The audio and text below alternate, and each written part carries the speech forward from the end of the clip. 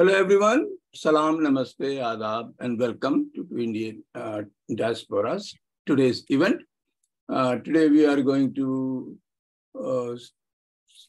talk on the status of freedom of religion or beliefs in India. Speaker is Irfan Engineer.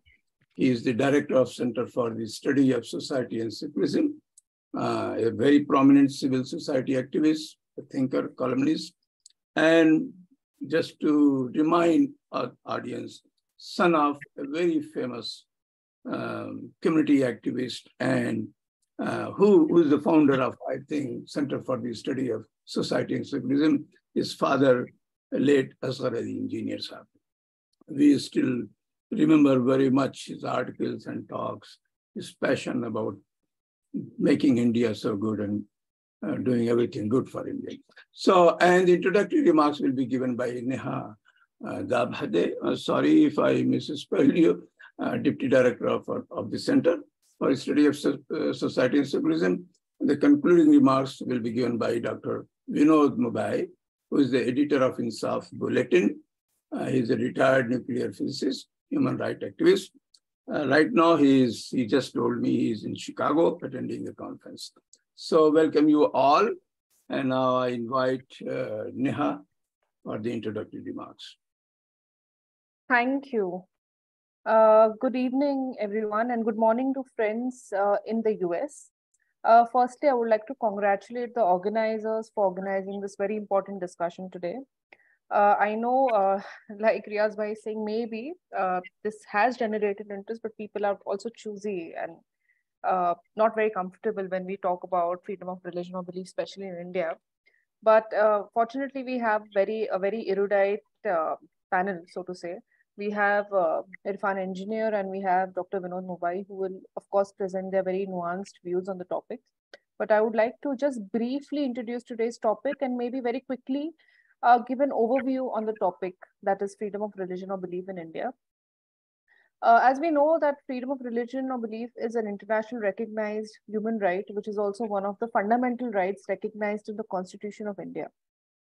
Today, the discussion on this is not only important but necessary. Unfortunately, India is living in tumultuous times with deeply entrenched fault lines and intense polarization based on religious identity. The political and social discourse in India is dominated by violence against Muslims, Christians, Adivasis, women, and Dalits.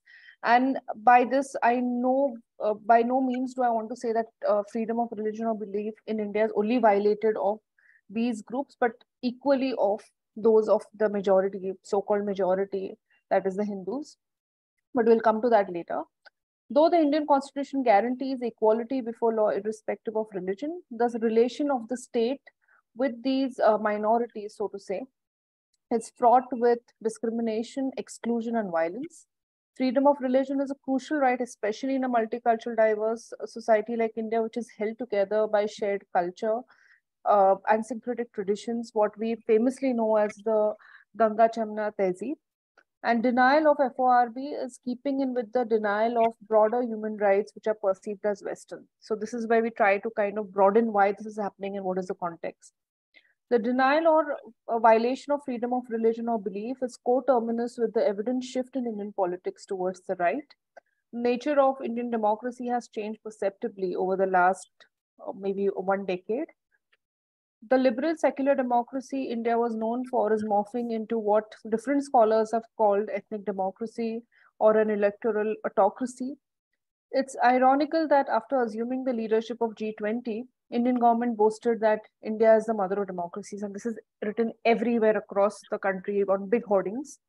However, today we witness that India is no longer a democracy resting on the principles of equality, liberty or fraternity, but democracy has been reduced to a mere exercise of elections, which gives formal legitimacy to the majoritarian regime in India, whose stated goal is the establishment of Hindu Rashtra. One of the smokescreens for ushering in this authoritarian regime and strengthening it is the alleged threat posed by the Muslims, Christians, and the others to India. The ascendancy of PM Modi and his image as a strong leader coincided with the villainization of Muslims. Muslims as the anti-nationals, Muslim as historically invading India, raping Hindu women, Muslims trying to overtake the Hindu population by producing more children, etc. And such narratives and stereotypes do create paranoia, which is used as a justification for violence against minorities. The violence against Muslim and Christians take different forms. One is more structural, brought in by laws and policies. This could include the anti-cow slaughter laws, which are also used as a pretext to attack, lynch Muslims and give impunity to the perpetrators. The anti-conversion laws are a more formidable challenge to even interfaith marriages and conversion into other religions other than Hindu religion. It should be noted that there is insignificant representation of minorities in the decision-making bodies. This is how the electoral system also works, which is also manipulated by this particular regime. And we know that, you know, you can give a vote to any party, but eventually who comes to power is a different ballgame. But if you see at the representation of the minorities in the parliament and state assemblies, it's really dipped quite significantly. Physical violence is more evident, taking the forms of communal riots, targeting the Muslims, and also the taking form of mob lynching. In the recent years, festivals including Ram Navami and Hanuman Jayanti are weaponized to target Muslims and using bulldozers to raze down their properties in the most arbitrary manner, without any recourse to law or following any due procedures. Mob lynching continues unabated, where Muslims, Adivasis, Christians are targeted for alleged transporting of cow or consuming beef. Another form of violence is symbolic violence, and this I think is the most important, where there are claims of different right-wing organizations trying to reclaim spaces of worship of different religions and claiming them to be temples and part of Hindu history and mythology. Renaming of places which had Muslim names, or distortion of history to erase the contribution of Mughals or other Muslim leaders to India is also a form of violence and denial of FORB. There is an overall attempt to Hinduize public spaces. One point that I'm sure the other speakers will also emphasize, but we should also take note of, is this politics of hatred and exclusion is also played out primarily on the bodies of women. That's why the entire bogey of love jihad, where you infantilize women to that extent and you undermine the agency completely. And this is primarily of the Hindu women also, that you are invading their most private spaces and the most intimate decisions of life.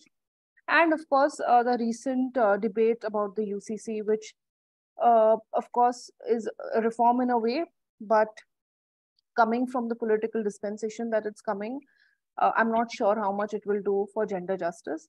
But of course, I'm sure that other speakers will dwell on this. This also brings us to another important point, that is the rise of the Hindu right organization or vigilante organizations. And they are given impunity where they're fearlessly targeting Muslims, Christians, Adivasis, Dalits, and women.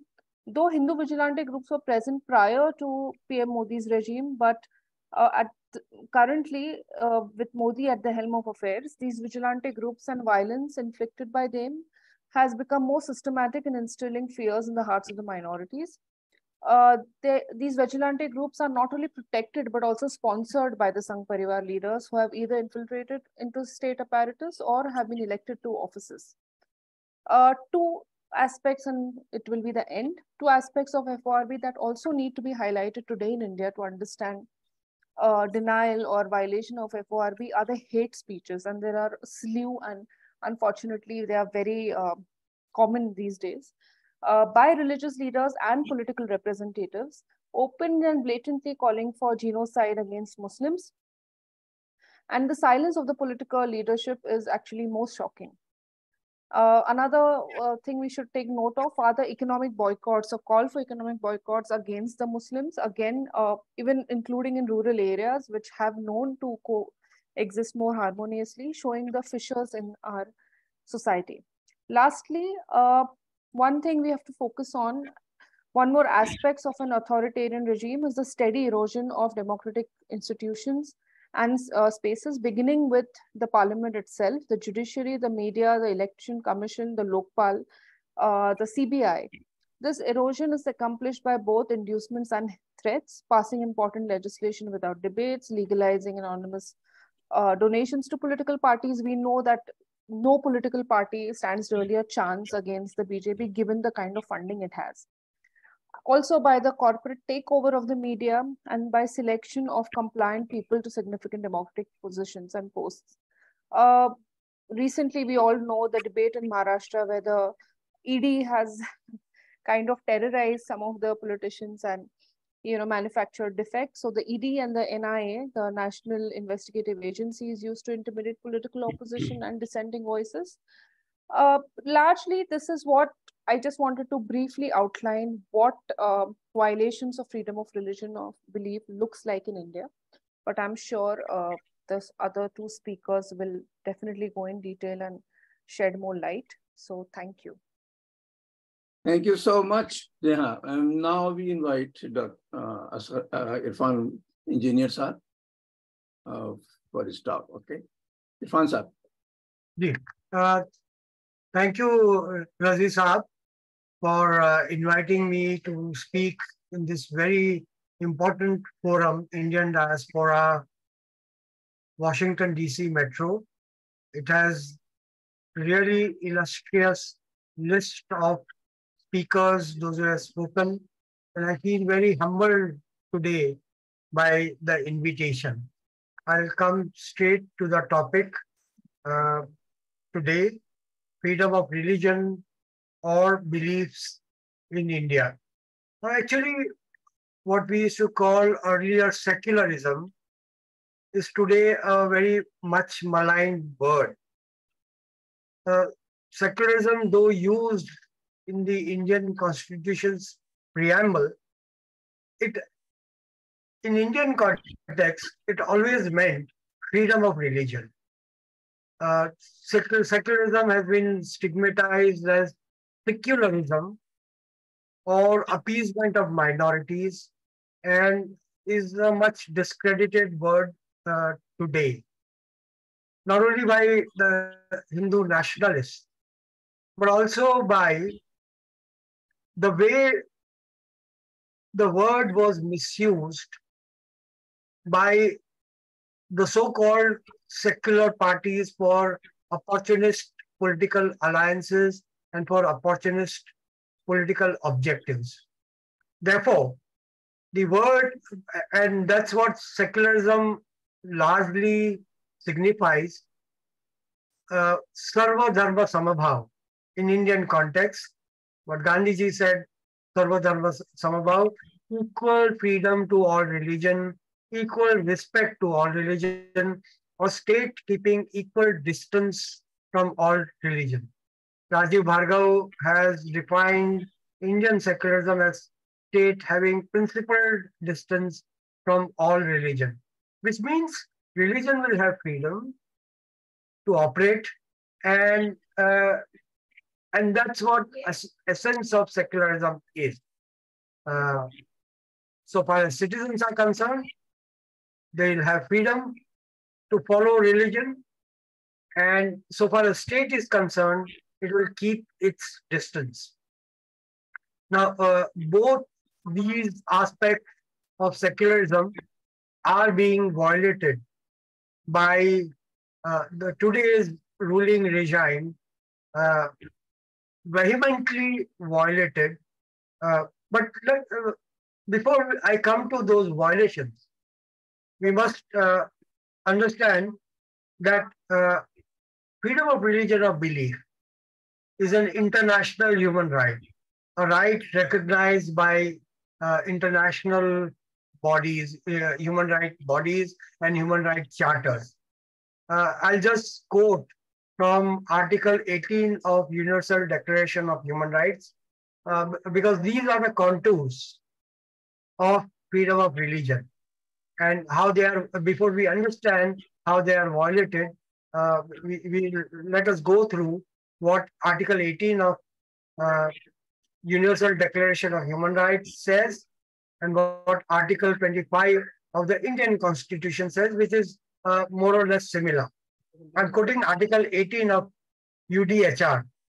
everyone has the right to freedom of thought, conscience, and religion. This right includes freedom to change his religion, something that has become very problematic in India today, and I'll throw more light on it.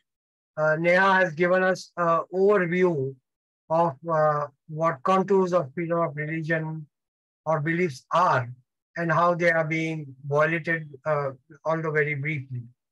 So, freedom to change his religion or beliefs, and freedom either alone or in community with others, and in public or private, to manifest his religion or beliefs in teaching, practice, worship, and observance. So, briefly to put it, you can believe in any religion or have any beliefs, which includes right to believe in atheism or some ideologies, some serious ideologies like Marxism or whatever those ideologies may be. Freedom of religion or beliefs, the belief part includes freedom to believe in ideologies you want, atheism, or any beliefs that you want. So, but its manifestation or its practice may be subjected to certain restrictions, reasonable restrictions, because others' fundamental rights are also involved in it. And this practice has to be in private or in public. The freedom has to practice your religion and manifest it in private or in public, and either singly or collectively with others, and teaching, practice, worship, and observance. These are the four pillars, four contours, as it were, of freedom of religion according to Article 18. Article 25 of the Constitution, which was drafted during the same time as the UDHR was also being drafted, and it mutually influenced the Fundamental Rights chapter of India, says something that is similar. Article 25 of the Constitution of India, and I'm quoting, subject to public order, morality and health, and to other provisions of this part. This part means chapter of fundamental rights. So other subject to other fundamental rights, all persons are equally entitled to freedom of conscience and right freely to profess, practice, and propagate religion. I would very briefly state here that during Constituent Assembly debates, people objected to adding the word propagate, right to propagate religion, because it meant, because they argued, why would one propagate one's religion? In order to seek convergence. So, do we allow free convergence?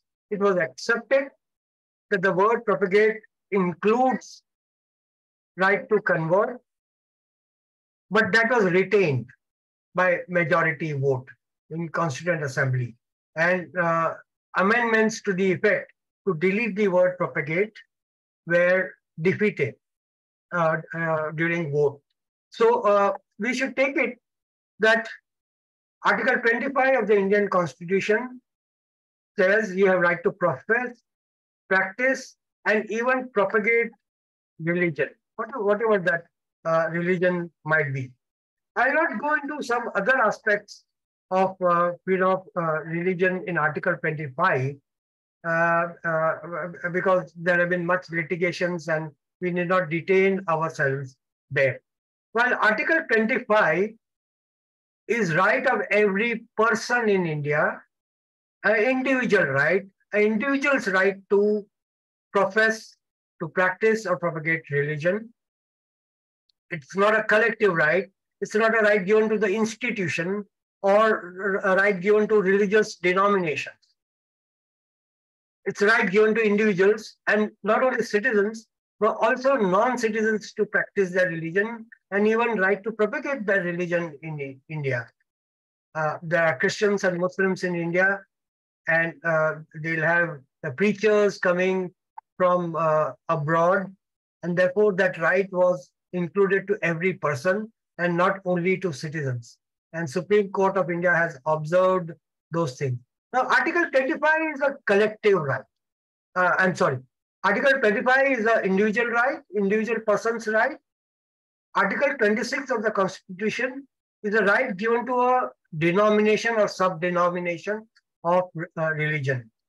And I'll quote Article 25 now, and then we'll proceed. Article 26 of the Constitution of India says, subject to public order, morality, and health, every religious denomination or any section thereof shall have the right, A, to establish and maintain institutions of religious and charitable purposes, to manage its own affairs in matters of religion, to own and acquire movable and immovable property, and to administer such property in accordance with law. So that's a right given to religious denomination, because they have to have, it's a religious practice is also a collective right, and you worship also in community, not individual alone, only in your homes, but you have to have places of worship. So that right has been given to all denominations. These are the rights that are being violated today. Now, there are several ways in which freedom of religion or beliefs can be denied. And we'll be going through some of these ways in which freedom of religion or belief is being denied in today's India. The different ways are as under. One, by physically attacking people with whom you disagree or whose religious rights you want to restrict or deny. Physical attacks, rioting or mob lynching, etc. Two, denial of freedom to practice religion or put people behind bars, arrest them for practicing certain religion or following certain religious practices. Third, if you associate disadvantage to freedom of religion, if you are practicing a particular religion that is not favored or that is not right, by discriminating. So you put the followers of the religion by discriminating or disadvantaging them in various ways. And fourth, preventing religious education to the future generations. Because if you restrict religious education, then after one generation, the new generation will not know what their religion is about and how to practice their religion, and therefore it will be denial of the right, and the religion might come to an end. The right to follow a religion might come to an end. Now, secularism was one obstacle, one enabling factor in India that allowed freedom of religion or practices in India. Nationalism, the way nationalism is defined, is one obstacle, one ideology that is used to deny freedom of religion. Now, there are several types of nationalism. We will not go into that. But the Congress's nature of nationalism was kind of civic nationalism, and nationalism for Congress meant their idea of nationalism was secular. That is, it made religious practice, what religion you are following, an irrelevant factor in defining nationalism, the Congress's way. So Congress's ideology of nationalism or understanding of nationalism was something in order to defend sovereignty of state as against today's world order, oppressive world order, imperialism, to stand up to imperialism, and the basis to stand up to imperialism and for sovereignty was nationalism, allowing minorities to collective identity. So not only individual practice of religion, but they allowed minorities collective or identity in community. I'm not saying communal identity, but identity in community, the culture in community, community culture, which was ensured by two things. One, they were allowed to practice their own family laws in accordance with their religion, what is called as Muslim personal law. Urdu language was promoted, given some due space, and minority educational institutions like Aligarh Muslim University or many other colleges and minority educational institutions. And that right is given also in Article 30 of the Constitution, where religious or linguistic minorities can establish and administer educational institutions of their choice. The third thing in Congress's understanding of nationalism was that their vote appeals, their political mobilization, their voter base was across religious communities and castes. So it was social coalition. They staged a social coalition. For example, in Maharashtra, the Congress's political base was called as 3 M's. Marathas, a Hindu caste, Muslims, and Mahars, the Dalit caste in Maharashtra. So the 3 M's, which allowed a social coalition. In Maharashtra, it was 3 M's, but in other states, there were similarly other social coalitions that ensured that political mobilization and political appeal and political inclusion was across religions and castes. And the fourth aspect of Congress's nationalism was gradual social reform towards equality. They brought in certain legislations to ensure equality. For example, rights, equal right of Hindu women to inherit. Hindu code bill, of course, could not be brought, but then family laws of Hindus were codified, so on and so forth. So gradual push towards equality, towards social reforms, temple entry legislations that were British time, but new temple entry legislations also were enacted to bring about social reforms towards gradual inclusion and equality. But this was the ideal. In practice, we know this was violated even by Congress. Minorities were discriminated. I'll not go into details because I want to come to what's happening today.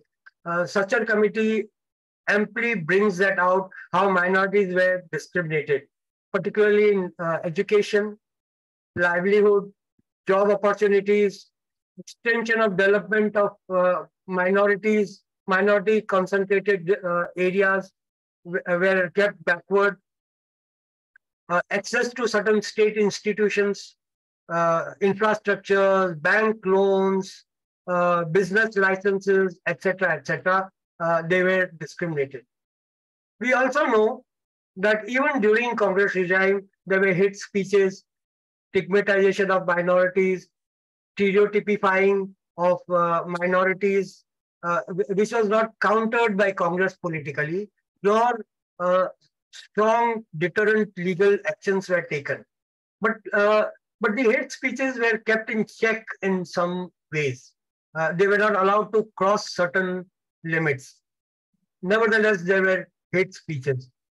Then contribution of freedoms of minorities in freedom struggle was denied, was invisibilized, not included in school textbooks, etc., etc. Their culture in education or in public spaces was less promoted as compared to majority communities' culture.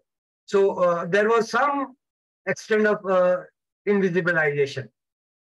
Now, Hindu nationalist agenda, we know, as opposed to this, they want forced integration of minorities into so-called Hindu nation, and wiping out their culture, erasing memories of their culture, imposing Hindu culture. They were intolerant to minority language, Urdu language. There were riots in 67 in Ranchi and Hatia on the issue of Urdu broadcast on All India Radio. Similarly, there were riots in Bangalore in 80s over Urdu. They were opposing Muslim personal law and family laws and wanted uniform civil code to be forced on minorities, or rather, in the name of uniform civil code, Hindu family laws to be imposed on entire nation, on entire country, without any exception. They were calling Muslims, holding Muslims as present generation Muslims as responsible for partition. They were stigmatizing them as Pakistan loyals, and these are the defining features of Hindu nationalism. Communal violence. They had what Paul Brass calls as institutionalized riot system, which effected communal riots and large communal riots cyclically. We know 1984 anti-Sikh riot, 1989 riots in Bhagalpur where about 1,500 people were killed, mostly Muslims. 2002, we know Gujarat riots in Gujarat, which are practically pogroms, and 2,500 people were killed. Again, mostly Muslims. 85 to 90% of people who were killed were Muslims. The figures that I'm quoting are unofficial figures. The official figures are much less. Now, what Hindu nationalism wants to achieve by stigmatizing minorities? One, uniform culture, and they propagate that unity of the nation is only possible if homogeneous culture, if there is homogeneous culture, particularly minority culture is denied, invisibilized, and certain religious practices of minorities are curbed. Because according to them, it encourages separatist mentality within the Muslims, particularly Article 370 of Kashmir, Muslim personal law, Urdu language, or anything that ensures collective cultural practice of religious minority. Christians were stigmatized as people converting, and they will soon convert. The entire nation and Hindus will be rendered minorities in their own country. Now, they wanted to unite Hindus by demonizing Muslims, because otherwise caste-wise Hindus are divided. So they wanted to, their political objective was, without erasing or without addressing caste hierarchies, to unite Hindus by demonizing Muslims and Muslim culture, by presenting them as enemies within, internal enemies of the nation, and raising a scare amongst the Hindu majority community of minorities, not only Muslim minorities, but also Christian minorities, and those who convert, even if they are not Pak loyalists, but they are converting and converting Hindus in large numbers, etc., etc. There was a time, particularly in 80s in India, where India was at crossroads. On one hand, mandalization or politics of social justice was being used as model by socialists, mainly under the umbrella of Janata Party or Janata Dal or many factions of, of that. And on the other hand, we had the model of Hindu unity based on riots, communal violence against minorities, suppressing them, and forcibly integrating or invisibilizing minority culture, forcibly integrating minorities into the majority mainstream culture. The tool of Hindu nationalists were two. One was pride, that Hindu culture is superior. We know, I'm not quoting from Savarkar and Gulwalkar, but they have essentially said that Hindu race is superior on the lines of Aryan race is superior. And what is so superior about Hindu race? What is so unique about Hindu culture, Hindu race, Hindu nation, which is different from the entire world? That is the caste system. Savarkar actually writes and defends this caste system, and the minorities who believe in equality, social equality, are portrayed as if they were demons. And of course, finally, economic policies to spend less on social welfare, privatize public assets. This is also Hindu nationalist agenda. This is what their economic agenda is, and enable a few favored crony capitalists to amass wealth and grow rich. Taxation and fiscal policies to attract international capital, promising them cheap labor, non-unionized cheap labor, and manufacturing supply chain in India as an alternative to China. Now, there was, I briefly say, the debate within Hindu nationalists as well, because in this debate, one strand of Hindu nationalists is more dominant now, although the other strand of Hindu nationalists exists. Now, the debate within Hindu nationalists, right from Bharatiya Jansangh days, when it was formed in 1951, was whether to pursue hardcore Hindutva, which Deen Dayal Upadhyay said was integral humanism, which defended the caste system, the caste-based culture of Hindus, aggressively promoting integral humanism with anti-cow slaughter as agenda, Muslim abolition of Muslim personal law as the agenda, whether to aggressively propagate that and fight elections or politically mobilize on hardcore Hindutva agenda. That was one aspect or one strand. And the other was dilution of this agenda for the sake of political acceptability to wider range of society and gain political power. There were phases in which this moderate Hindutva won or was dominant.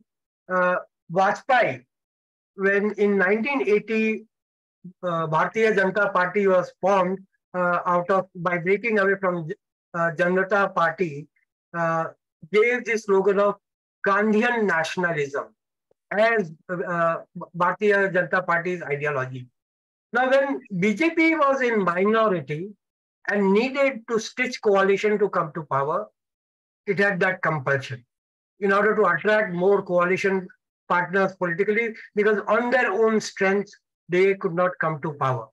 So Gandhian socialism or liberal phase of, slightly liberal phase of Hindutva was their route to achieve power in 1998.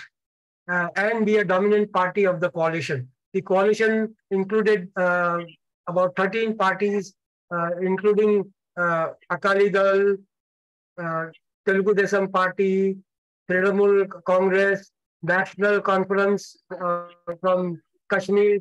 This did a coalition by putting three agendas on back burner, as it were.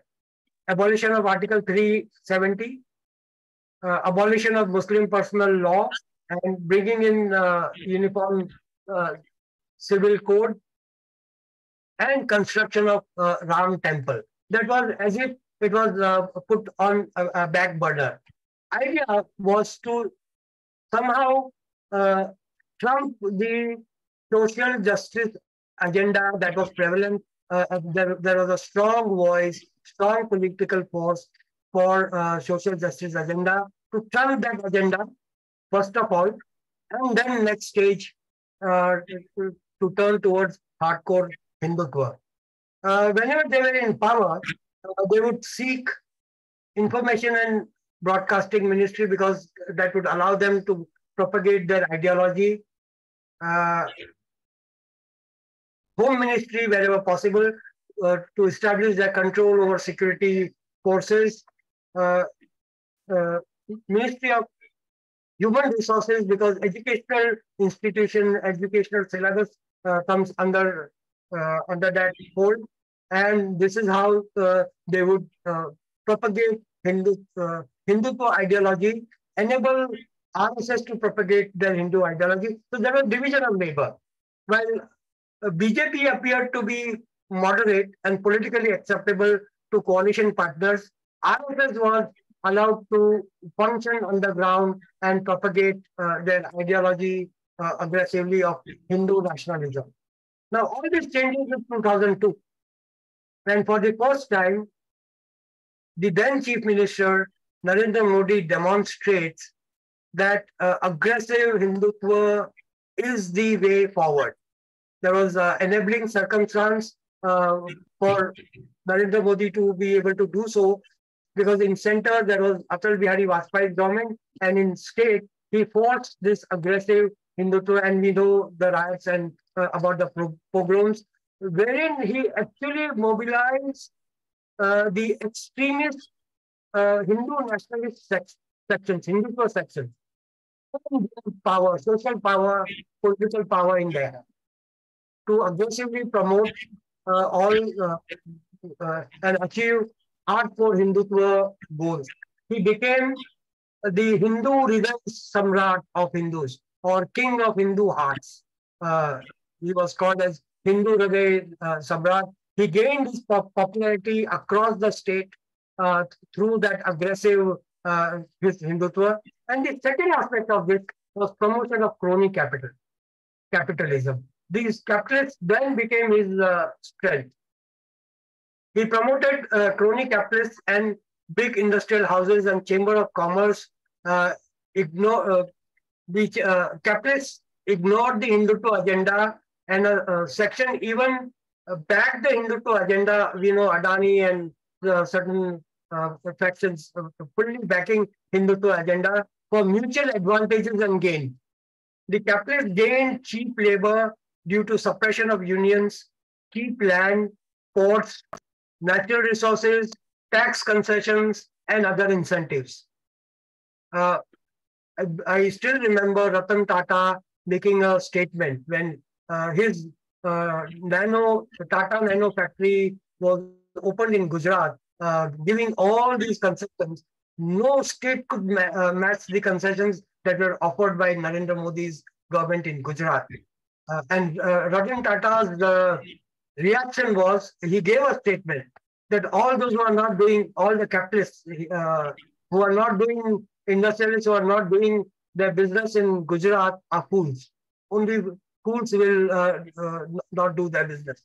Now, in turn, the Chamber of Commerce, the big industrial houses, declared Narendra Modi as their prime ministerial candidate right in 2012, and then backed with the financial muscles that that party required to propagate Narendra Modi was first made chairman of the campaign committee of BJP, even with L.K. Advani opposing that election. And then finally, he became the prime ministerial candidate. And the advertisement was Ab ki baar Modi Sarkar, not BJP Sarkar, but Ab ki baar Modi Sarkar. Now, with this, Narendra Modi comes to power, and India is slowly marching towards Hindu Rashtra. Quite a bit of ground has been covered, and some ground remains to be achieved, which it is turning slowly, in spite of being in power, in spite of being having been democratically elected to power through votes, and these votes were based on false promises, pride, all kind of, it was more like advertising development, promising all kinds of things, and also using Hindutva agenda, partly, not fully in the propagation, but after coming to power, they are implementing the Hindutva agenda. Having come to power in 2014, the nature of Indian state is going through changes without amendments in the Constitution of India. Without amending the Constitution of India, several structures are put in. Neha referred to some of misuse of existing structures, educational structures, the independent institutions that monitor any ruling party, Election Commission of India, the security agencies, etc., etc. Misuse of this agent. But the structural changes that they brought in, I will not refer to in detail, because we all know, this august audience, of course, knows. But I'll just refer to some of them, briefly refer to some of them, so that we understand what's happening. We collectively try to get the idea of what's happening in India. So the first thing they did, after winning elections in 2019 for the second term, they amended the Citizenship Act. And we all know that they allowed accelerated citizenship to migrants, including illegal migrants from Pakistan, Bangladesh, and Afghanistan, from 6 religious communities: Christians, Hindus, Jains.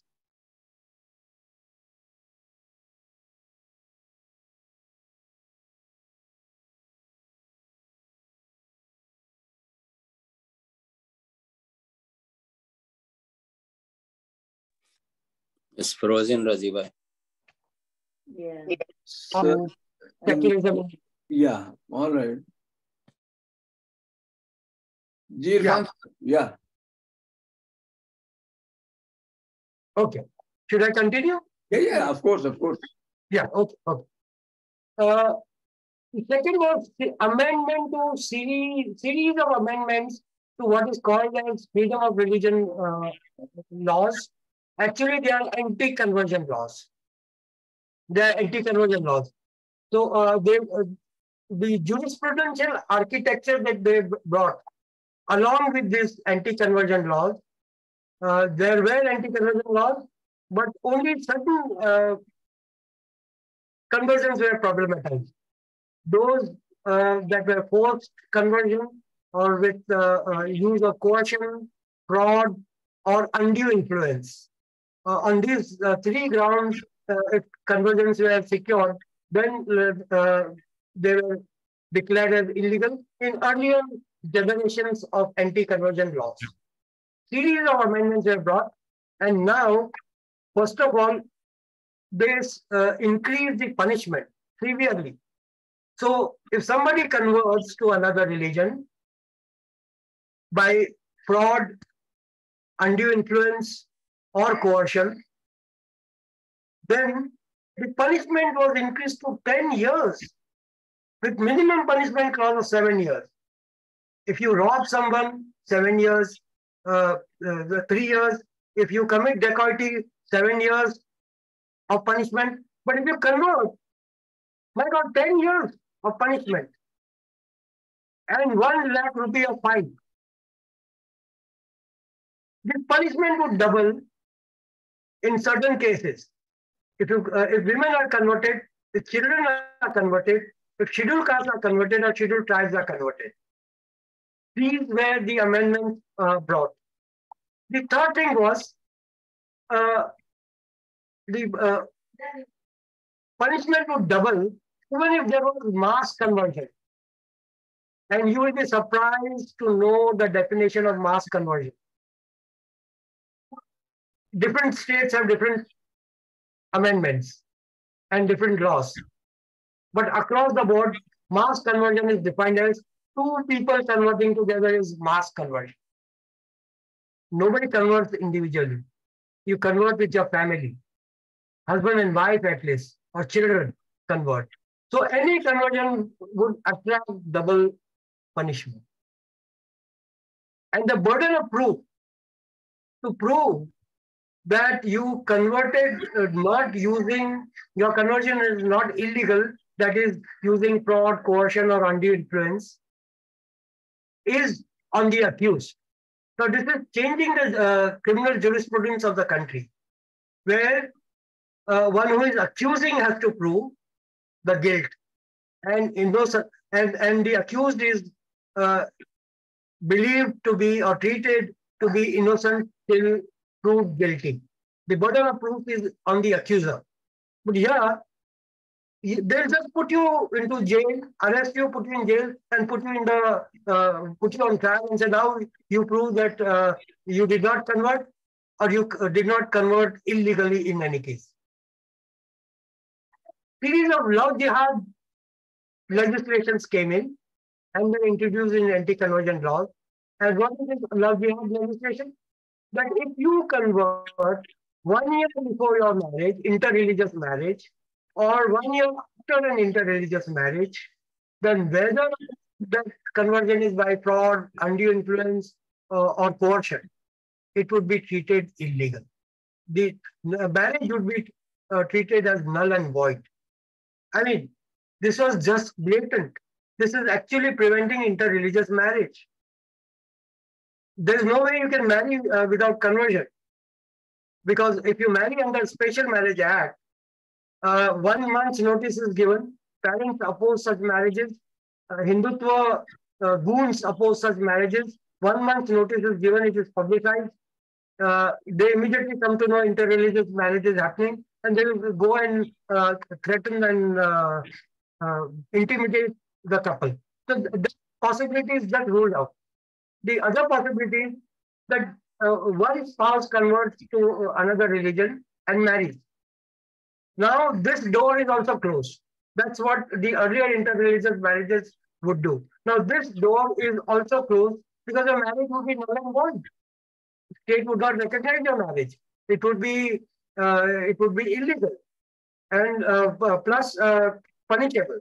So now these laws, anti-conversion laws, CAA laws, they are used, they are weaponized to terrorize the minority. So I'll just give one example. There are many such examples, but Maulana Umar Gautam was arrested by UP police from Noida, which is almost part of Delhi, where he had an office. What was Umar Gautam doing? As his name suggests, that Gautam was formerly a scheduled caste. He converted to Islam, and he was helping others who wanted to convert to Islam to accumulate documentation. And this help was accused. He was arrested on the accusation that he is doing conversion by fraud. Along with that whole network, the entire madrasa, all his establishment, institutions, and other Maulanas were arrested. Maulana Kaleem Siddiqui, Mufti Kasmi Jahangir was arrested.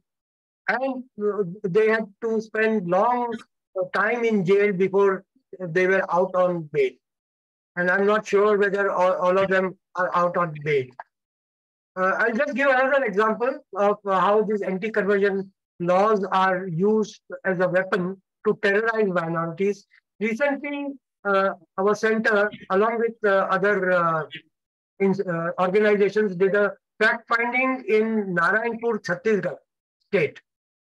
There, about 1,000 Adivasis were turned out of their villages just for converting, because they had willingly accepted Christianity as their religion. And I talked to a wide range of them. There is not even an accusation that they have been converted by fraud or by coercion or by undue influence.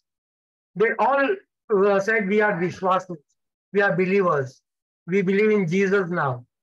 And they were converted in the past couple of years or earlier. Completely voluntarily, admittedly voluntarily, no complaints.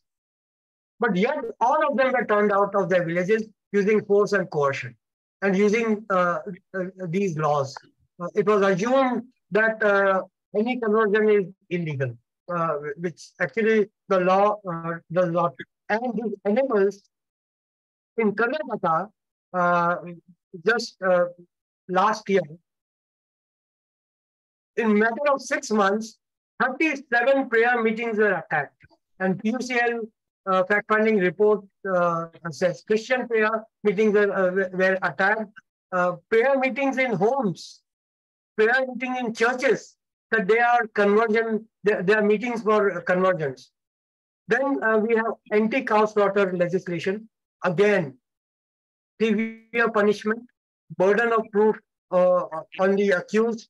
And what is problematized, what is criminalized? Transportation, not only of animals, for if it is for slaughter, not only cows and bullocks, but also beef. To possess beef is also criminalized along these laws. The vehicle that you use for transportation of animals or beef, state can enter your fridge, seize your vehicles, your utensils, your vehicles, your fridge, in which refrigerator in which the beef is stored. And these are not empty things. Mohammed Akhlaq was attacked for having beef in his fridge, refrigerator. Rakbar Khan was attacked for transporting animal in Rajasthan, cow, which he has purchased for dairy purpose. There are many such examples that I could give. Lack of time, I'm not giving more examples. So how these legislations are used as a weapon for to intimidate, to oppress, to terrorize the minority communities. Then we have triple talaq legislation. How rendering triple talaq as illegal, but arresting the husband who supposedly gave triple talaq in one breath, in one sitting. I mean, nobody wants triple talaq. We are also in favor of abolition of triple talaq, but not criminalization. If a Hindu deserts his women, there is no criminal charges or no criminalization. But if you give a triple talaq, equals similar situations being treated unequally. The UCC debate that is going on now is completely terrorizing Muslims, although our take on UCC is slightly different. And I think we should engage with UCC in much more nuanced fashion. Now, these laws are weaponized to target Muslims and Christians, communities in state, as well as Hindu communities. So on one hand, the structural nature, the structural architecture, the legal architecture of state is changing after 2014. This is the Hinduization. Second, in tandem with this, communal violence is being used. So we have, first of all, government has stopped giving data about communal riots every year, which used to be published. And from 2014 to 2017, the data of which years were published, the number of communal riots in India was on rise. On an average, I can tell you, there were about 750 communal riots every year in the country, and the numbers were rising. But now they have stopped publishing data. They are invisibilizing the communal violence that is taking place. Mob lynchings, non-state actors, Hindutva extremists, footloose, some of them or most of them having criminal cases and criminal background, posing themselves as Hindu nationalists, beating up, lynching Muslims on streets on the accusation, on various accusations. It could be something to do with transporting of cow, or cow slaughter, or carrying beef. They have no authority in law to use violence, but the state backs up with filing cases against the victim of this violence rather than arresting. When there's huge propaganda and coverage in media, some of them have been arrested, but if they are let out on bail, as it happened in Jharkhand, that those who were convicted of mob lynching but let out on bail in their appeal was welcomed by BJP minister, garlanded as if they were freedom fighters in his house. And in Manipur, what we are seeing, that for over 2 months, or nearly 2.5 months, communal violence is going on. It's all because of these kind of policies, these kind of laws. The state was targeting the Kuki Christians. Christians were being targeted. More than 120 people have died. If you see Manipur today, the reports about Manipur, it's a state which is in civil war between Kukis and Meiteis. There are bunkers all over the place because Kukis and Meiteis have put up bunkers to defend their villages because they can no more depend on the state to defend themselves. And mostly the victims are Kukis. More than 230 churches have been burnt, attacked, and destroyed. These are the figures coming from, these are documented churches with names, areas, places, etc., etc. 35,000 people are in relief camps, and those relief camps are like they're living life of animals. Actually, they are sleeping on each other. There is not enough space to even sleep freely. If you see the pictures of the halls in which they are, and the Prime Minister has not spoken a word. The state is doing nothing to stop violence, or very little to stop violence. The Chief Minister of Manipur is still continuing. And Chief Minister's rule is still continuing. So this is a picture of communal, I'll finish fast. I'll just cover in 4-5 minutes. Hate speeches, as Neha was mentioning, Swami Narsimanand, Kali Charan, I don't want to call them Swami, but Anandagiri, openly calling for pogrom, kill Muslims. Anandagiri said every Hindu should kill 100 Muslims to get rid of. And these kind of hate speeches, people have to go to Supreme Court to file cases against them. And still the state is not taking cognizance against them. Narasimha Anand, after giving those speeches of pogroms in Uttarakhand, said, "Arrest me." And only then he was arrested. And others who were in that gathering where that speech was given, and others who made this inflammatory speeches are not arrested still. He was immediately let out on bail after arrest. When he wanted his freedom, he was let out on bail. Purona, Muslims were threatened in Purona town of Uttarakhand. And all Muslims started shifting to leaving Manipur, migrating from Uttarakhand state. I'm not invisibilizing Muslim culture. Their history is being wiped off. Cities are being renamed. Streets are being renamed. Temples are being, mosques are being reclaimed by filing series of article cases in court, by placing idols in various. I can give number of examples, but they're reclaiming those worship places. You know, as against what freedom of religion is in international law and in Indian constitution. Completely, and state is not taking any action. Huge amount is being spent on Hindu festivals, reconstructing Hindu temples, corridors, surroundings, beautification. Thousands of crores of taxpayers' money is being spent. And there's call for social boycott.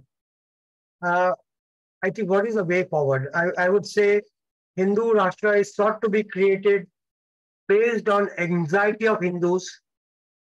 Hindus are most insecure or made to feel insecure in BJP-ruled India by propaganda, not in fact. And strong desire of the community for unity and the feeling of pride to rebuilding of these temples and through these festivals. One last sentence. What is the way out? I think we have to defend idea of India. Maybe in question and answer, further discussion, we can discuss this more. Defending idea of India as plural India, as diverse India, using subaltern cultures and icons to promote democracy, to mobilize subalterns for their rights, for their culture, for it's not only minority culture that is being threatened, it is actually subaltern culture also that is being threatened, and we could use subaltern cultures. We have to strive to deepen democracy. What is the solution to crisis of democracy in India? More democracy, accountable governance, and institutions. I think Center is doing some of this to promote diversity, to promote peaceful coexistence in variety of ways. Thank you for giving me this opportunity to present my views here and for patiently listening. Thank you. Thank you very much. Thank you, Irfan Saab. Sorry, we are short of his time. That's why otherwise we could have listened more to your very thoughtful things and all the information. So now let's see what Dr. Vinod is going to say about on the concluding remarks. So Dr. Vinod Mobile. Thank you. Sir, आप rap कर दीजिए India किस हाल में है, क्या करना है, और थोड़ा just within a few minutes, like 5, 6 minutes, 7 minutes. I'll try to wrap up because Irfan has presented a very comprehensive account, and I don't want to add in the details.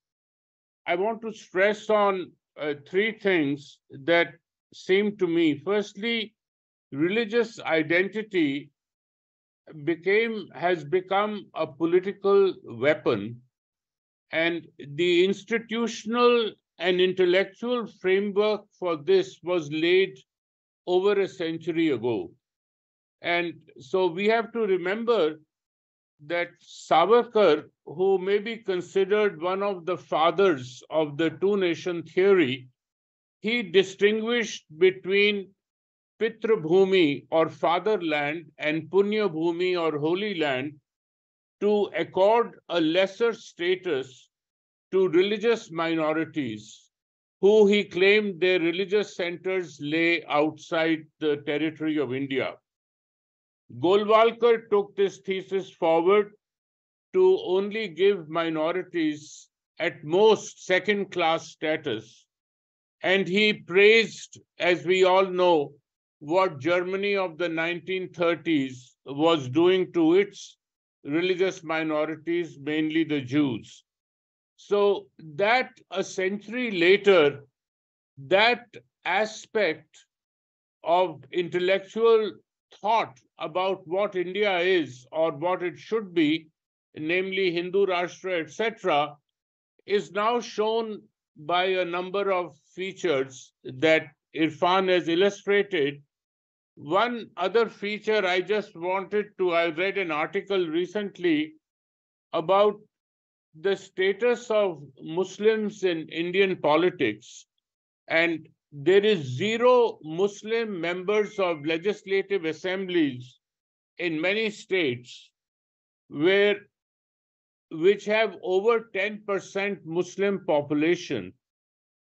Uttarakhand, for example, with 14% Muslim population, Tripura with 9%, Manipur and Goa with 8%, they have no Muslim members in their legislative assemblies. And in fact, it is only the states of Kerala, West Bengal, and a few other states, Bihar, where we find some Muslim MPs.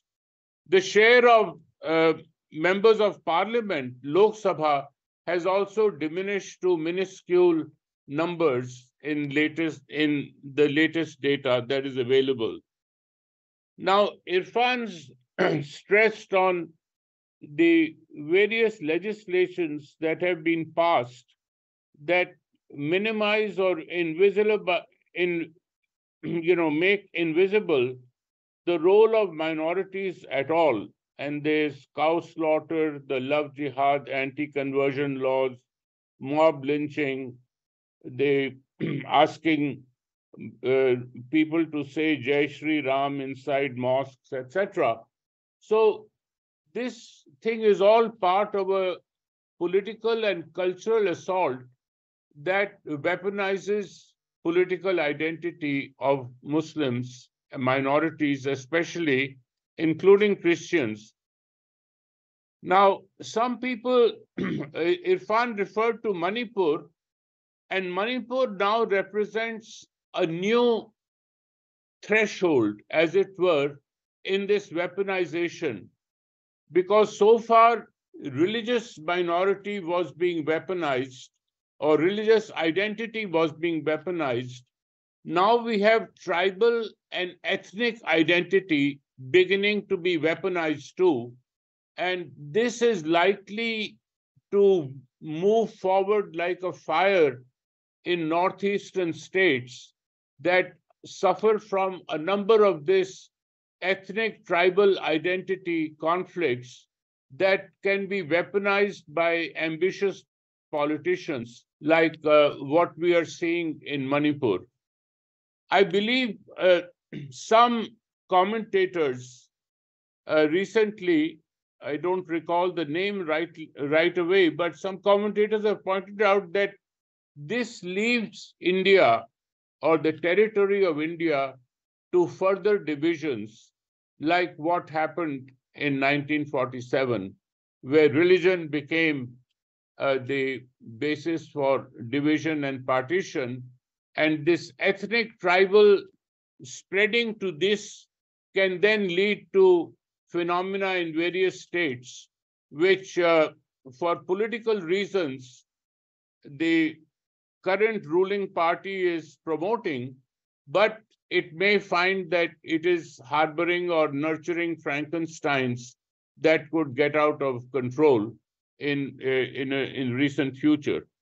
So way forward has been talked about, but I see the chances for that are somewhat less right now, unless and until a political solution like the recent elections in Karnataka, which happened to defeat the divisive and polarizing forces, are repeated in the next year's general election to some extent, because the current ruling party, with the help of crony capital, as Irfan indicated in detail, has been able to capture all the independent organs of the state with only one goal in mind, which is to promote Hindu Rashtra.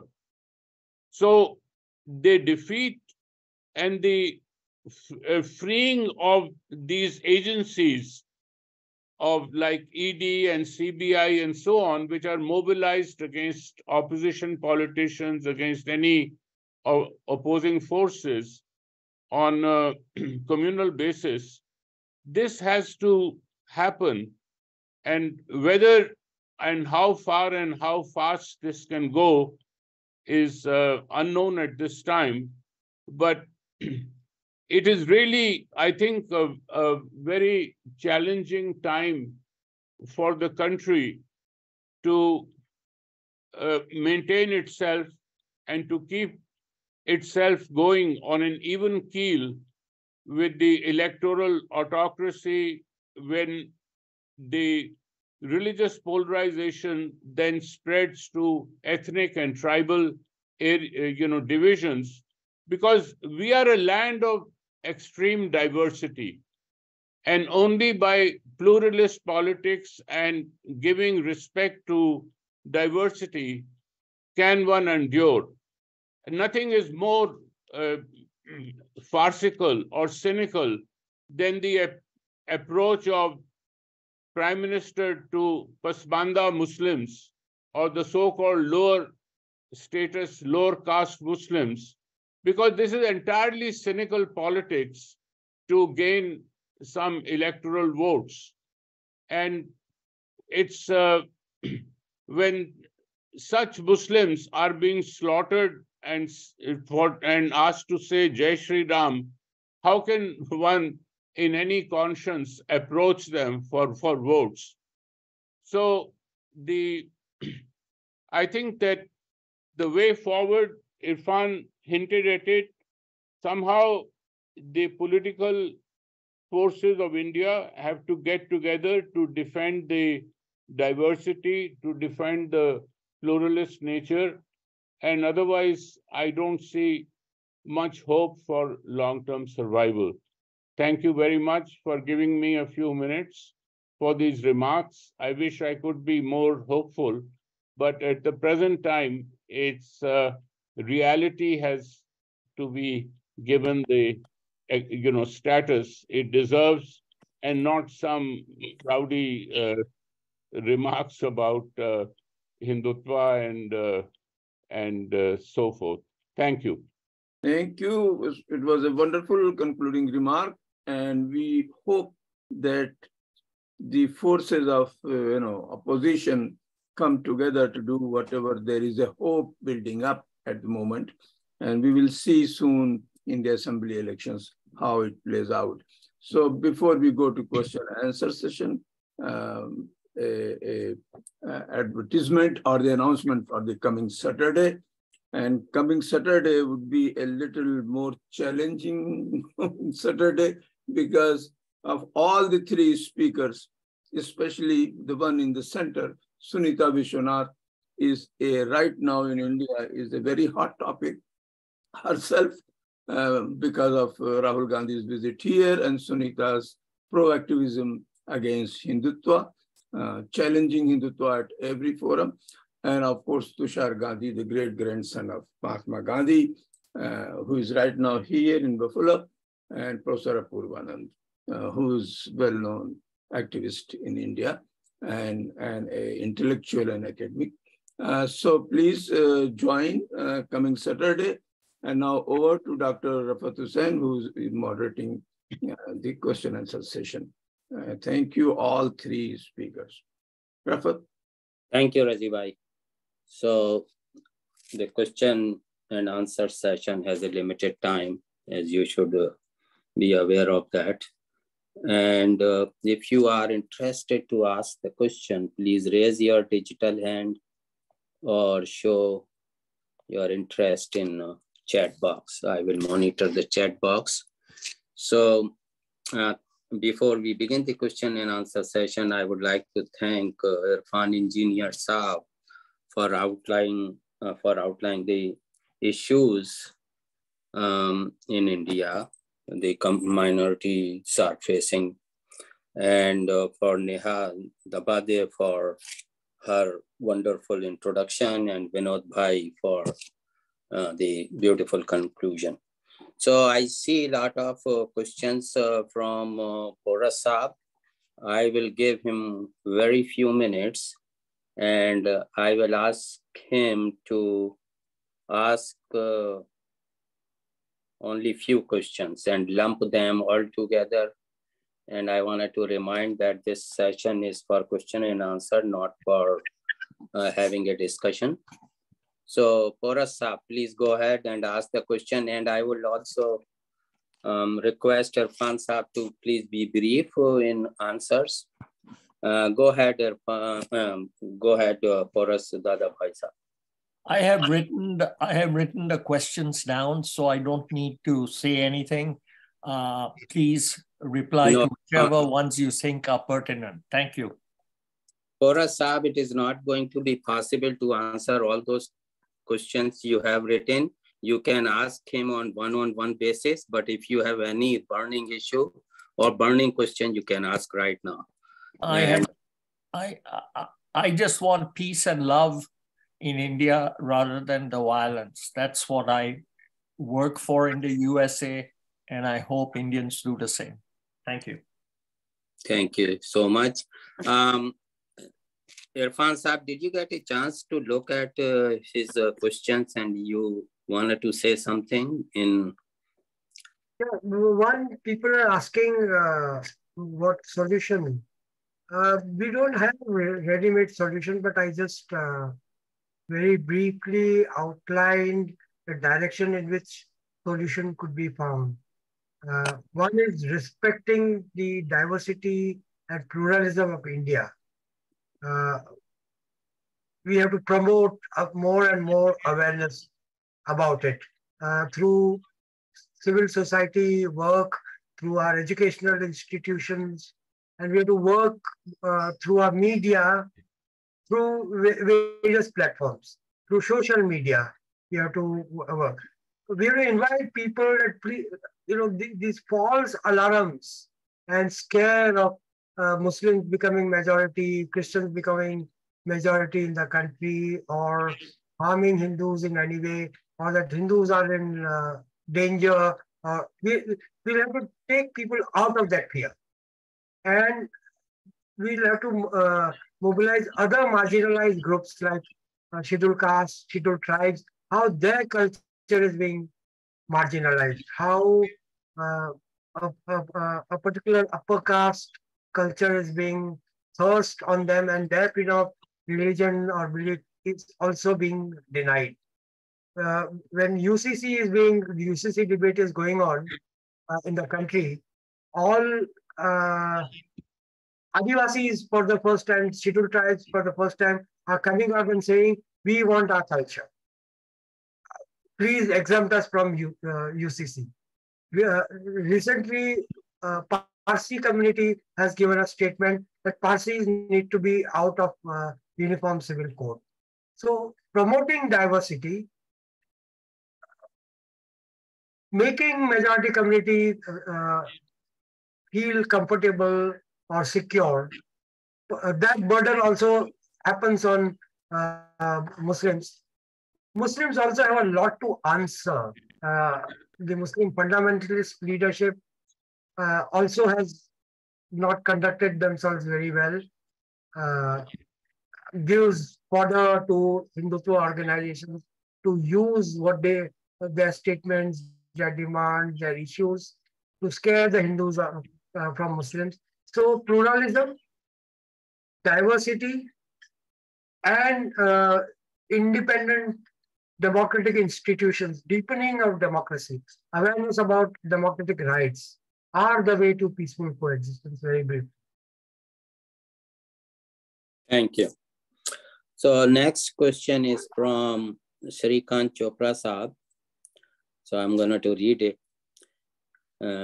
If you can defeat BJP and outlaw Hindutva, how would you resolve these issues to ensure comity between religious communities? Do you think any give and take is possible on the issues of conversion, madrasa education, and some attention to liberal nationalism? Madrasa education, etc., I don't see it as an issue of give and take. It's a question of democratic rights. And if we give up, it's not only madrasa education. Are we defending democracy in this country, or are we not defending democracy in this country? One by one, you'll be made to give up all. Tomorrow, it's the mosque in Mathura, then in mosque in Kashi. Then, there's no end. One thought that after Ram Mandir, that will end. Ram Mandir issue for me was not only the issue of mosque or mandir. It was also issue of democracy and freedom of religion. So we have to keep in mind, and our constitution, I think, is wonderful. It ensures it has mechanisms for peaceful coexistence. If only we adhere to the preamble of the constitution in spirit. If only we work towards social justice and inclusion of all.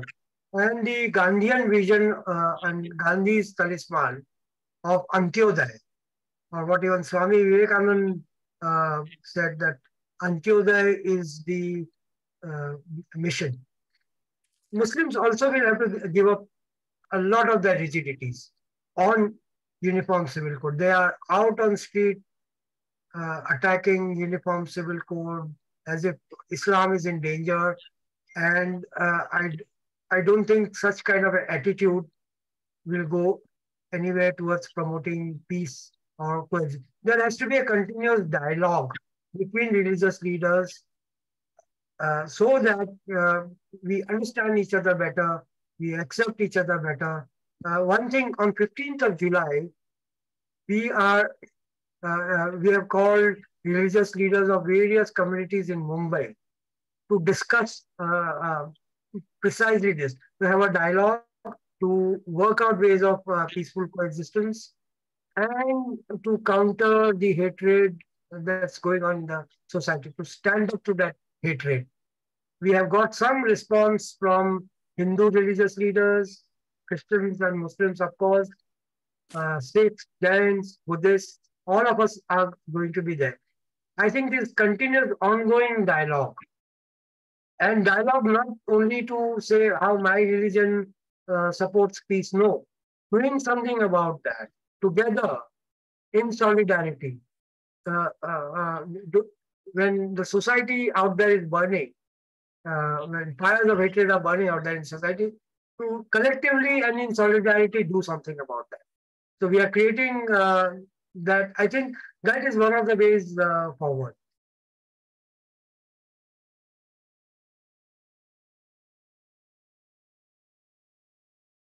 Rafat? Thank you. Yeah. Yeah. So, Razi bhai, okay, there is one more hand. Imtiaz Saab, go ahead, please. Thank you for taking my question. My question is concerning the political impact of religious and communal polarization.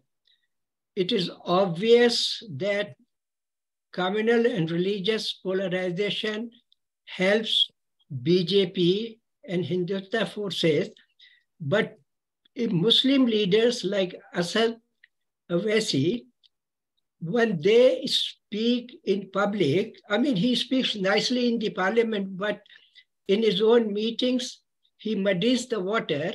And I think the political impact of such speeches is contrary to the interests of Muslims in India. Any comment? I partly agree with you, not wholly, because I heard his politics, MIM's politics of Muslim-only party, Muslim interest party, does not take us any further, and it will be counterproductive. So his politics I oppose.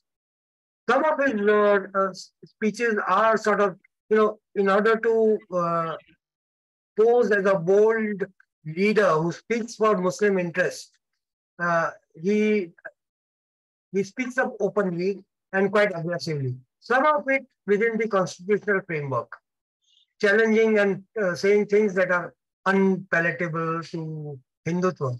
But some are also, they cross the line and become hate speech. So those hate speeches, of course, one opposes. People here in India largely believe that Asaduddin Owaisi has been propped up or backed up in resources by the BJP because it divides the Muslim votes in interest of BJP. Wherever substantial number of BJP, a substantial number of Muslim voters are there in constituency, and BJP has much less chance of winning election. They promote parties like MIM to put up candidates, and not only MIM, other parties or other Muslim candidates, influential Muslim candidates, in order to divide Muslims. And they have various other, they divide on the basis of Sufi, Deobandi, Barelvi, Pasmanda, and Sunni leadership, etc., so on and so forth. So they do all this, and MIM sometimes willingly plays along. Owaisi's politics is same as BJP's politics in certain regards, not entirely, but in certain regards, and namely it operates on catering to an aspirant Muslim middle class, instill pride of religion, not yet communal, but instill pride of religion. And we know the other side of the coin of instilling pride of religion in Muslim community and defending Muslim culture as if there is only one Muslim culture that Hindutva utilizes to promote, to instill Hindus, to instill fear in Hindus and polarize the situation. So both actually stand on each other. And I partly agree with you.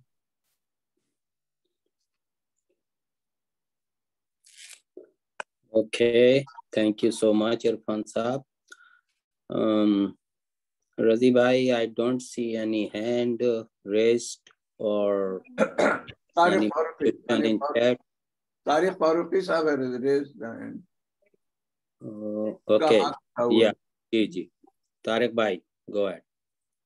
Thank you for the discussions. I would raise this question to Vinod Saab and Ms. Neha Sahaba, primarily because I feel that the Muslims in India can only go this far, and being a fearful minority and insecure, they cannot achieve a whole lot by themselves. So we look towards the majority community to get some advice as to how they can work with them and how can they interact to achieve what would be a better India in the long run. I think the question was directed at me.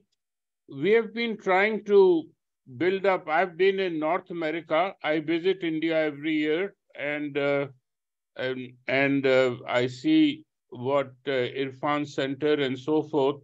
My introduction to this whole area of communal harmony between majority Hindus and especially minority Hindus and to some extent Christians was due to Irfan's father, Asghar Bhai, who was my close comrade in arms and greatest friend for half a century till his untimely passing some years ago. So I think what we have to do is to embrace our diverse identities outside of religion. We have many other identities that function, our interest in our culture. For example, I am born in Lahore and I'm a product of Urdu culture. Urdu was the first language I learned, and my just because I carry a name that could be a Hindu name doesn't embrace me culturally, because I was introduced to Urdu poetry. My ancestors were Farsi speaking also. My grandfather was from Lucknow and he had done MA in Farsi, and he used to chide us in our youth for not learning Farsi properly and not speaking Urdu with Lucknowi accent. So that was our culture. So besides our religious identity, we have other identities that are dress, our food, our culture, music, language, all these identities are there. So when I feel very funny when somebody says, you know, Urdu is a language of Muslims. Yeah, it is language of North India at one time. And whether you were Muslim, Hindu, or Sikh, if you belong to Lahore or Lucknow or Delhi before partition, you learnt it as a first language, and that was it. So I think we have to embrace these identities as a counter to the political weaponization of narrow religious identity based on just your name. The outstanding example I just point out is this Modi's press conference, where he was, for the first time in many years, asked a question, and the reporter from the Wall Street Journal just happened to be a Muslim. Her last name was Siddiqui. And all the commentary by the BJP trolls in India was on her name, not the content of what she said. So this is the prime example of the mess that we are in right now.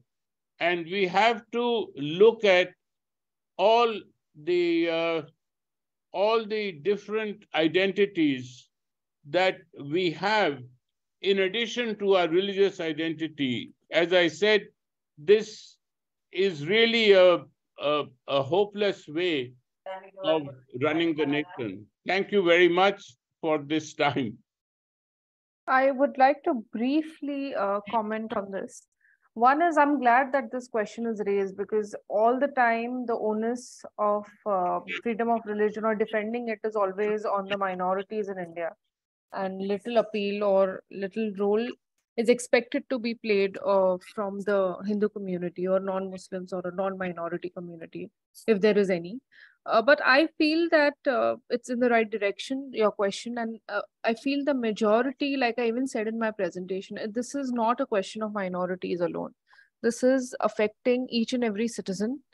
And the Hindus being the majority community, and there are many friends and comrades and colleagues who have been talking about it, but there is a need to kind of get out of that normalization of this violence and let your conscience speak. And I would really think that it would make a difference if each and every one of us really starts this conversation with your families, with your children, with our peers, absolutely in the most intimate circles. And we are living in such polarized society, unfortunately, that it's difficult to even really understand who our neighbors are or what is their culture. It was very common for everyone in India, maybe even in my generation when I was in school, maybe 20 years back, to have friends from different religious groups. This is not so common today. Because if you see some reports, I mean, students are being segregated in schools based on religion.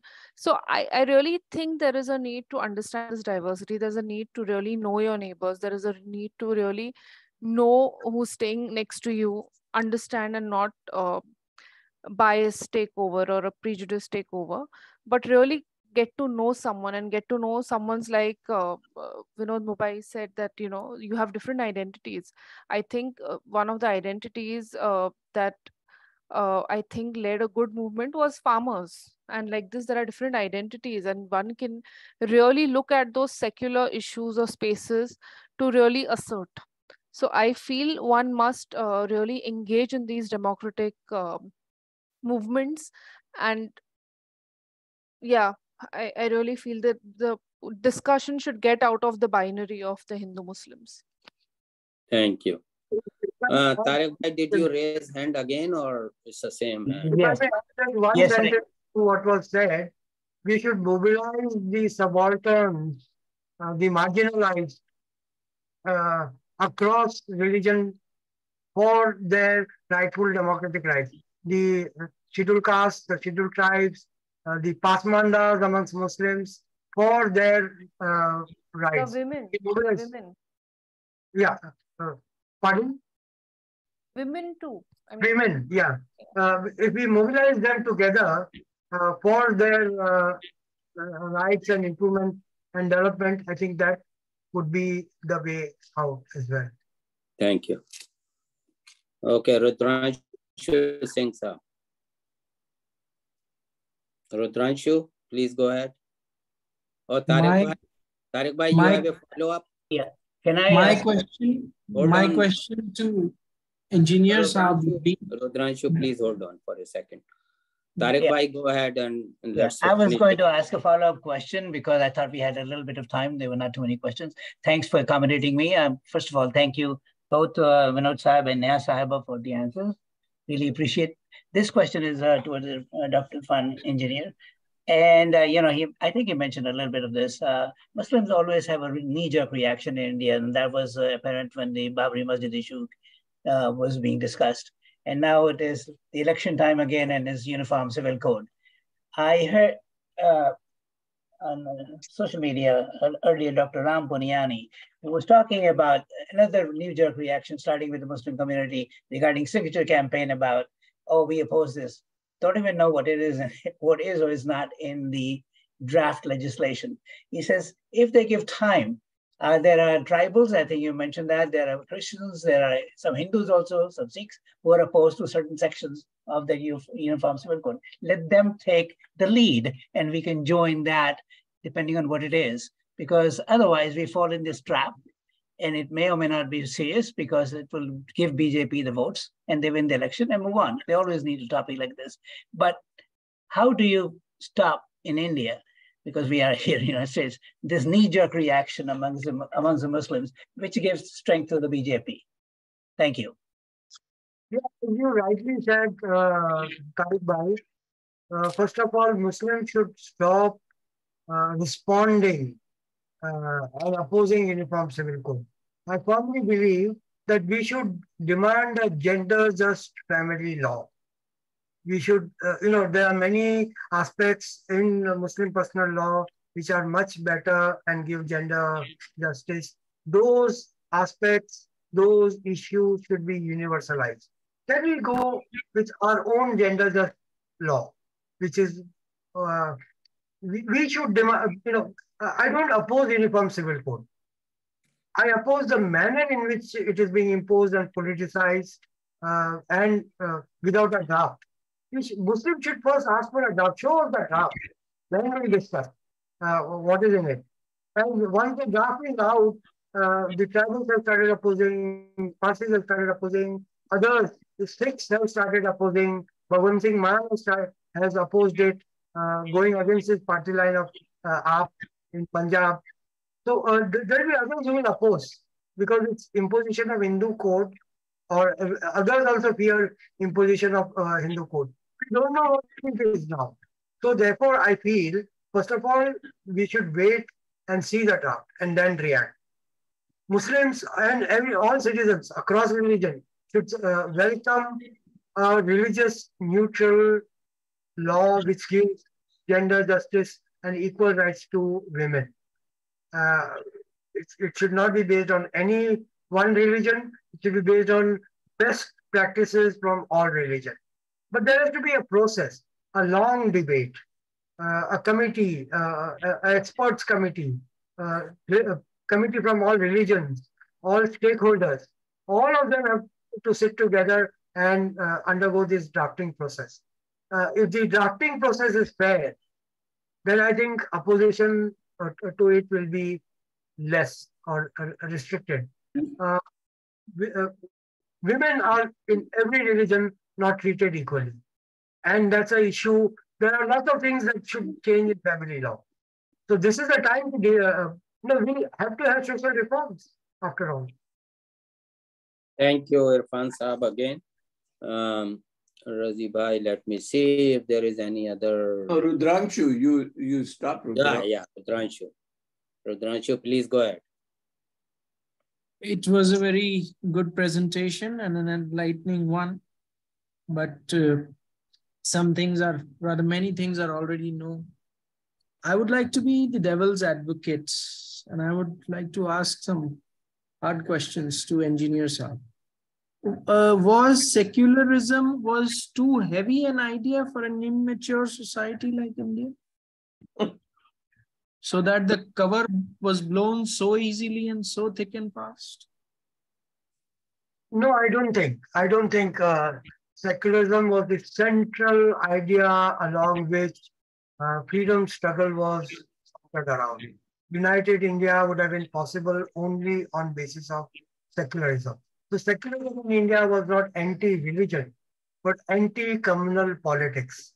Communal politics of Muslim League, communal politics of Hindu Mahasabha, communal politics of RSS, and all other identity politics. It was the minorities in this country and all citizens, not just minorities, were guaranteed freedom of religion or beliefs. So it is not. It was not a heavy idea. In fact, it was quite comforting because Muslims, Christians, Hindus, all states, all joined freedom struggle. And they struggled together. They were all brothers and sisters in solidarity, opposing colonialism and colonial rule.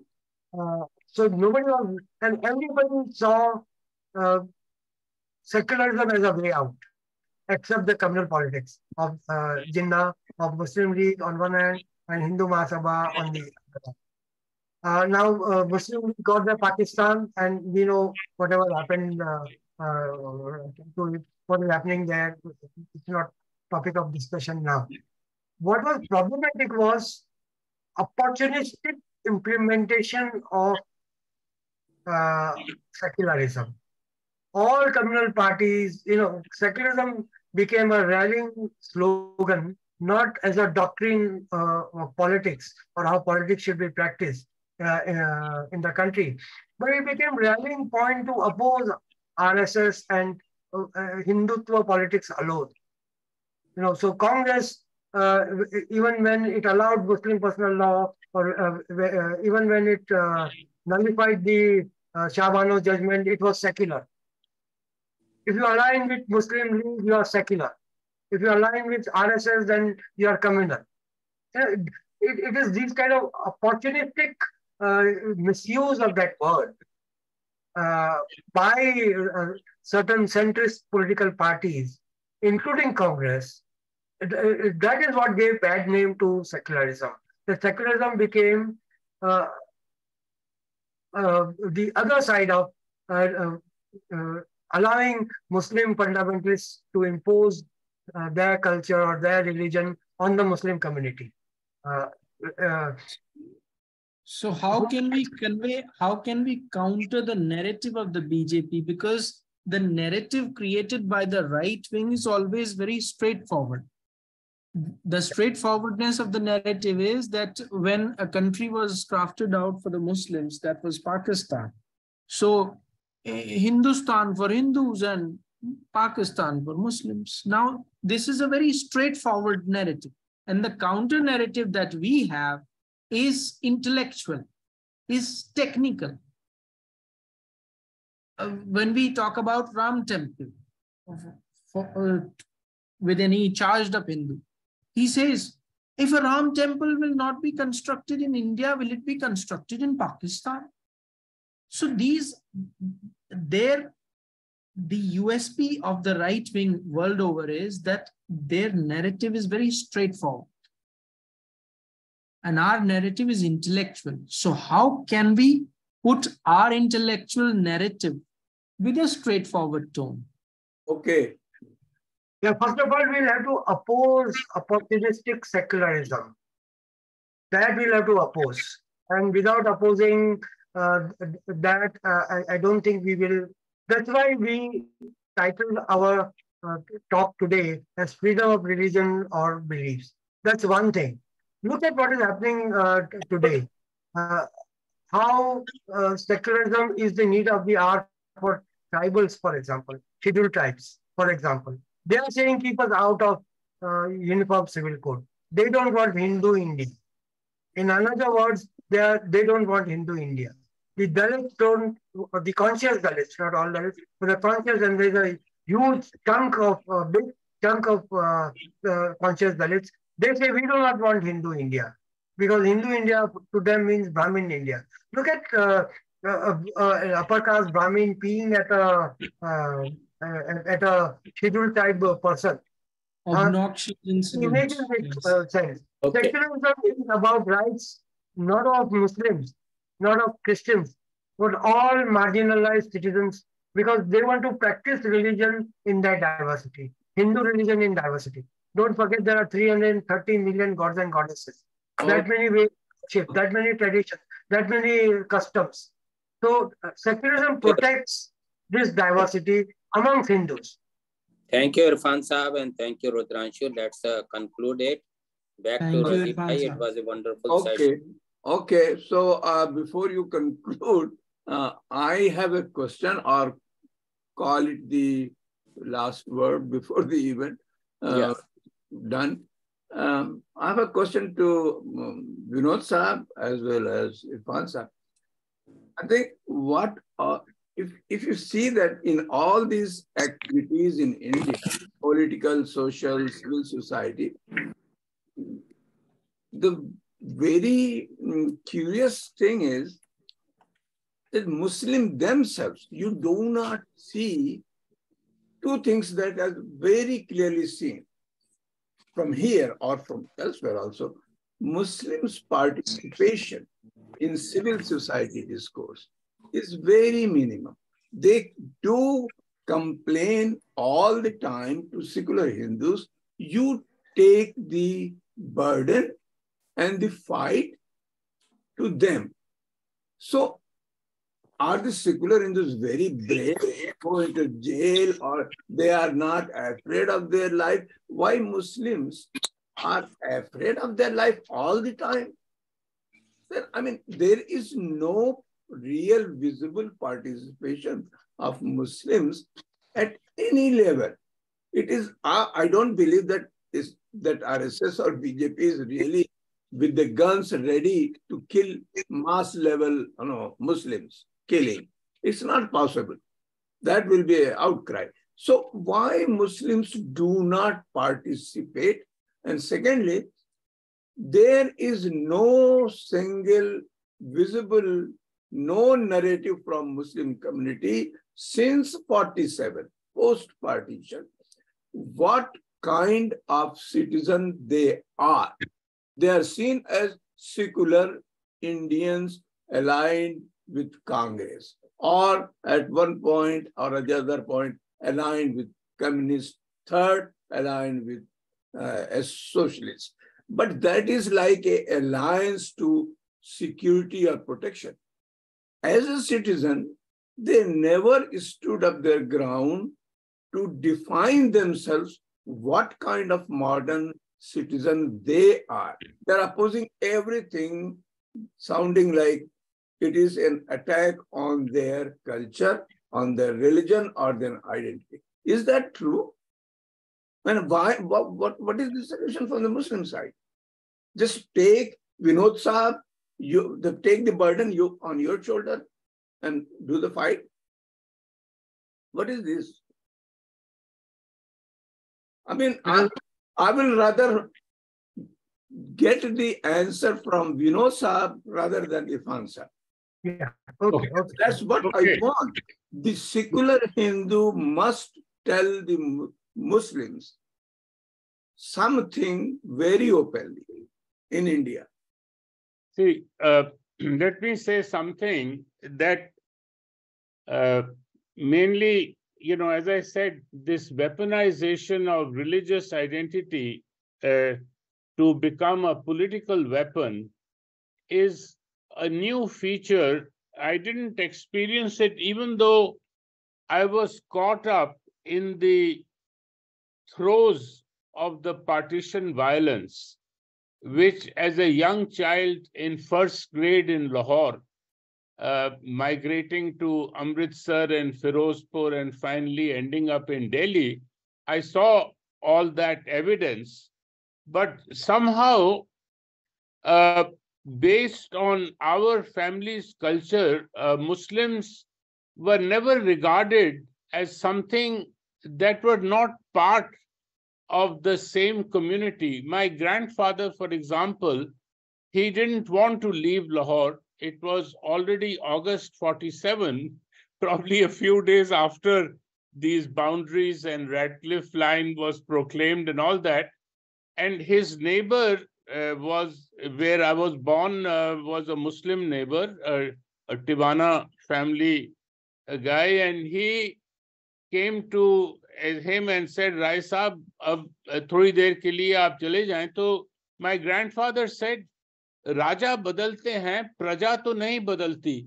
He could not understand how this was happening. And I think this was true of many families, as you see when you hear stories about people visiting Punjab and, the divided and all that.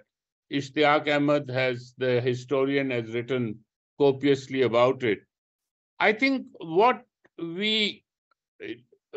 my introduction to this was through one prominent Muslim intellectual and activist, which is Irfan's father. I knew him. So it's not as if Muslims somehow didn't, Maulana Azad, in my early days in the 50s, growing up in Delhi, was a prominent place in the lives of those of us who look to the impetus he gave to education among the newly formed India. So these were, I would say, heroes for us in that age.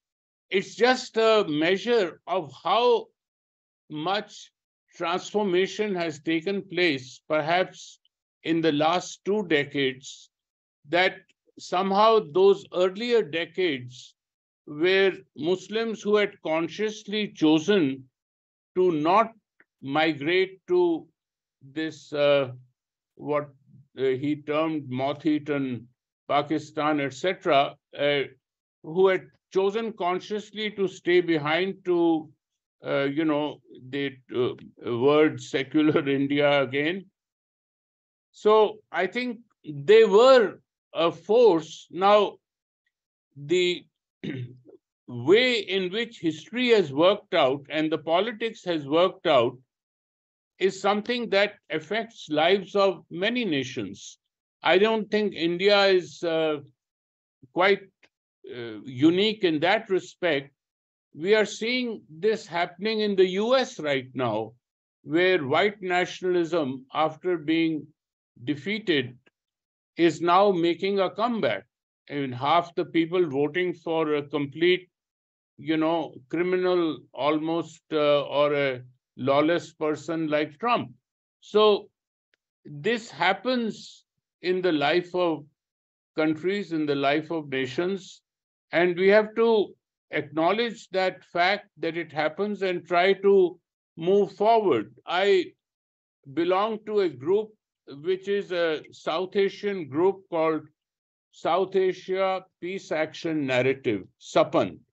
And it includes a lot of people from all countries of South Asia, Pakistan, India, Nepal, Bangladesh, Sri Lanka, and so on.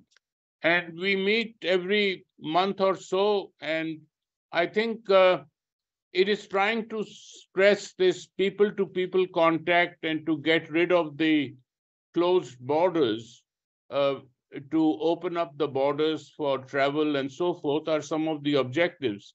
And I think that's de-weaponizing this religious identity is, to me, key to manufacturing a better South Asia as a whole, where these countries can exist, that the boundaries are there and political boundaries are there, but there's no reason for them to become hostile to the extent that we see right now.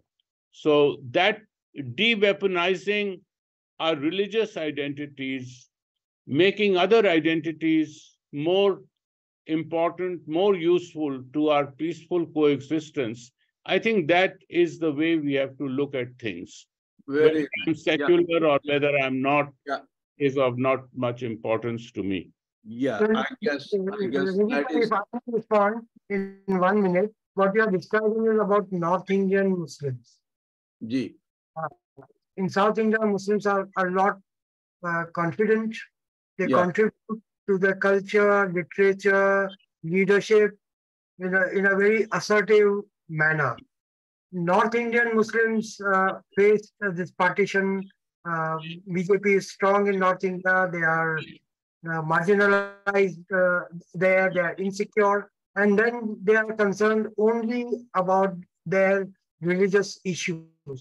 On the other hand, the Pasmandas, they are not very strong. But Pasmandas, if you move around in Pasmanda sections, and when they take up, when they identify with regional culture, even North India Pasmanda, when they identify Pasmanda in Bihar, does not only speak Urdu. They speak the Bhojpuri, the local dialects. They are much more stronger and much more confident and much more. And when they come as Pasmanda, they are assertive because वो मिट्टी से जुड़े होते हैं और दूसरे oppress से जुड़े होते हैं। जी पसमानदा को हम लोग बहुत ज्यादा लोकलाइज न करें। Pasmanda means all those non-ashraf Muslims all across India. Tamil Nadu में भी पसमानदा है, केरला में भी पसमानदा है, बट द फर्क ये है कि साउथ इंडिया में जो अभी विनोद भाई ने कहा वो यही है कि साउथ इंडियंस हैं, चाहे वो हिंदू हो चाहे मुस्लिम, वो मोर इस चीज को जानते हैं कि वो हिंदू है वो मुस्लिम है, लेकिन वो मोर उस जमीन के हैं, उस जमीन में एक दूसरे के साथ जुड़े हैं। That's why they have become less communalised. उसमें कर्नाटक में कोशिश की गई थी, बट यू कैन सी कि कर्नाटक में इजी था टू गेट देम डिफीटेड। वही चीज यूपी में इजी नहीं होगी, इसलिए कि यूपी और नॉर्थ इंडिया यही कंटेस्टिंग ग्राउंड रहा है सेंचुरीज तक। यहीं पे पुरानी हिंदू सोसाइटी को डाउन भी किया गया था, इसमें कोई शुबा नहीं, और बाद में वो न्यूट्रलाइज होके और पॉजिटिव साइड में सारी चीजें गई। तो जिनको उभारना है वो जख्म, जैसे बीजेपी उभार रही है, वो साउथ इंडिया में प्ले नहीं कर सकता। उसकी ग्राउंड नॉर्थ इंडिया है। पार्टीशन नॉर्थ इंडिया पे इफेक्ट किया था, साउथ इंडिया पे नहीं किया था। तो ये सब रियलिटीज हैं, we have to work it out, no doubt about it, and we will forward that. Education has a very important role in making the new generation of Muslims in North India assertive, Indianized, and give that strong leadership. जी thank you very much. आप लोगों से मिलकर बड़ी खुशी हुई और बड़ा अच्छा लगा। आई विश कि और लोग ज्वाइन करते, but it was very fruitful discussion, very informative, and we will meet again hopefully, and please join coming Saturday which will be a little more हो सकता है कि थोड़ा सा कुछ डिस्टर्बेंस भी आए नाम की वजह से, but it will be a fun, it will be a challenge, and we'll hope to we will join and talk to you. Thank you. Thank you for having us today.